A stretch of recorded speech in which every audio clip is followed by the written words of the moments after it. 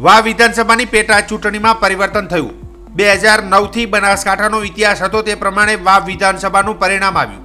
ભાજપના ઉમેદવાર સ્વરૂપજી ઠાકોરની જીત થઈ। સ્વરૂપજી ઠાકોરે આ વિજયને મતદારોનો વિજય ગણાવ્યો અને વિકાસનો વિજય ગણાવ્યો। ત્યારે કોંગ્રેસના ગુલાબસિંહ રાજપૂતે પોતાની હાર સ્વીકારી અને કહ્યું હજુ પણ મનોમંથન કરવાની જરૂર છે અને ક્યાંક કચાશ રહી ગઈ હોય તો મહેનત કરીશું। તો માવજીભાઈ પટેલે પણ મતદારોનો આભાર માન્યો અને હારને સ્વીકારી। ત્યારે વાવ વિધાનસભાના પરિણામમાં આજે પહેલા રાઉન્ડથી જ ભારે ઉત્તેજના રહી, રસાકસી રહી અને અંતે ભાજપનો વિજય થયો। ત્યારે ક્યાંક ને ક્યાંક ઠાકોર સમાજનું સમીકરણ આ જીત માટે કામ કરી ગયું હોય। સ્વરૂપજી ઠાકોર સમાજના ઉમેદવાર હતા એટલે ઠાકોર સમાજ સ્વરૂપજીને પડખે રહ્યો। સાથે સાથે રબારી મતદાર, બ્રાહ્મણ મતદાર અને ચૌધરી સમાજના મતદારોએ પણ ભાજપને મત આપ્યા। જો કે પેટા ચૂંટણી જાહેર થઈ અને જે પ્રકારે પ્રચાર પ્રસાર ચાલુ થયો હતો ત્યારે લાગતું હતું કે અપક્ષ ઉમેદવાર માવજીભાઈ પટેલ કોંગ્રેસને ફાયદો કરશે અને ભાજપને નુકસાન કરશે, પરંતુ માવજીભાઈ પટેલ પણ ભાજપ માટે ફાયદાકારક રહ્યા હોય તેવું આ પરિસ્થિતિ પર લાગી રહ્યું છે। યુવા ભાજપ પ્રમુખ સાગર ચૌધરીએ પણ વિકાસની જીત ગણાવી હતી, જ્યારે લવિંગજી ઠાકોરે કહ્યું હતું કે પાટીલનો પાવર ઉતારવાના નિવેદનનો મતદારોએ જવાબ આપ્યો છે। તેને ચોક્કસ સ્વરૂપજી ઠાકોરે જે ચૂંટણી સમય વચનો આપ્યા હતા તે આજે પૂર્ણ કરવાની પણ ખાતરી આપી છે।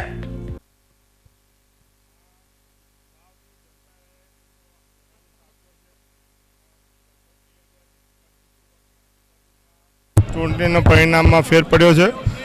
લોકોનો જનાદેશ અમે સ્વીકારીએ છીએ। જ્યાં મારી ખામીઓ રહી છે અમે એને દૂર કરવાનો પ્રયત્ન કરશું ને બધે મહેનત કરી। ઘણા બધા વોટ મળ્યા છે, લગભગ 87-88 જેટલા વોટ અમને મળ્યા છે। એટલે લોકોનો હું આભાર માનું છું, એને મદદ કરી છે। જેને નથી કરી એનો પણ આભાર માનું છું, કેમ કે અમારો પ્રયત્ન રહેશે કે આવનારા સમયમાં જે લોકો મદદ નથી કરી શક્યા તો એ તૂટીઓ દૂર કરીને ફરીથી અમે લોકો વચ્ચે જઈશું। હવે તો બૂથોના આંકલન કરીએ, સમીક્ષા કરીએ, એના આધારે ખબર પડે કે કોને ક્યાં નુકસાન થયું છે। લગભગ 3500 જેટલા નોટામાં વોટ ગયા છે। મારો નંબર ઉપર પહેલો હતો, એના લીધે પણ ક્યાંક ને ક્યાંક એ જે વોટમાં કદાચ જઈ શકે નોટામાં પણ ગયા હોય, કેમ કે નીચેથી પહેલો નોટા હતો અને ઉપરથી પહેલો મારો હતો, એટલે નોટાની અંદર પણ 3500-4000 જેટલા વોટ ગયા છે, એ પણ અમારું નુકસાન છે।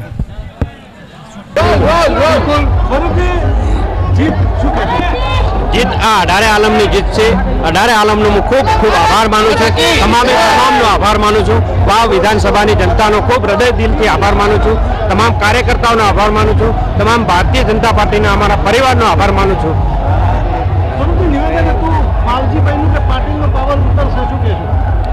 હવે એમનું વ્યક્તિગત નિવેદન છે અને એમનો પાવર અત્યારે દેખાઈ ગયો, ઉતરી ગયો છે અને અઢારે આલમના આશીર્વાદ સમીકરણો કામ કરી ગયા છે। હવે વાવનો વિકાસ કઈ દિશામાં? હવે વાવનો વિકાસ અમારા જે મોદી સાહેબની જે વિકાસની યાત્રા છે એ ખૂબ ઝડપીથી વાવના વિકાસને આગળ વધાવશે। ઓકે, ભારત માતા કી જય। ભાજપને ફળ્યું છે શું? નહીં, એ પ્રજાનો જે ચુકાદો જે માથા ઉપર છે અને પ્રજાને જે ગમ્યું હોય કરે, એમાં કઈ સવાલ નથી। જીતનો વિશ્વાસ હતો, પરંતુ પરિણામ આ પ્રકારનું આવ્યું છે, તો કેવા સમીકરણો બદલાયા છે? સમીકરણો તો ચૂંટણીમાં બદલાતા રહેતા હોય છે સમય પ્રમાણે, પણ જે પ્રજાએ જે નિર્ણય કર્યો હશે, જે પ્રજાને જે ચુકાદો આપ્યો છે, એ પ્રજાનો આભાર પણ માનું છું અને પ્રજાને ખૂબ ખૂબ ધન્યવાદ પણ આપીએ છીએ। જે પ્રજા નિર્ણય કરે પ્રજા માથા ઉપર હોય છે। ગોવિંદજી, આ ચૂંટણીમાં ખાસ મહત્વની વાત એ હતી કે માવજી પટેલે કહ્યું હતું કે પાટીલનો પાવર ઉતરશે, શું કહેવું છે? સાહેબ, આ બધી વાતો છે। આ વાવની જનતા, 7 વાવ વિધાનસભાની જનતા ઝવેરી છે। એ જે બોલેલા હોય ને એને પોતપોતાનો એ જવાબ મળી ગયો છે અને આપી દીધો છે। એટલે જનતાનો જેટલો આભાર માનીએ એટલો ઓછો કે ભારતીય જનતા પાર્ટીને વિકાસને જનતાને મત આપ્યો છે, એ બદલ એમનો ખૂબ આભાર। કેમ કે કેન્દ્રમાં મોદી સાહેબ મજબૂત છે, સરકાર ચલાવે।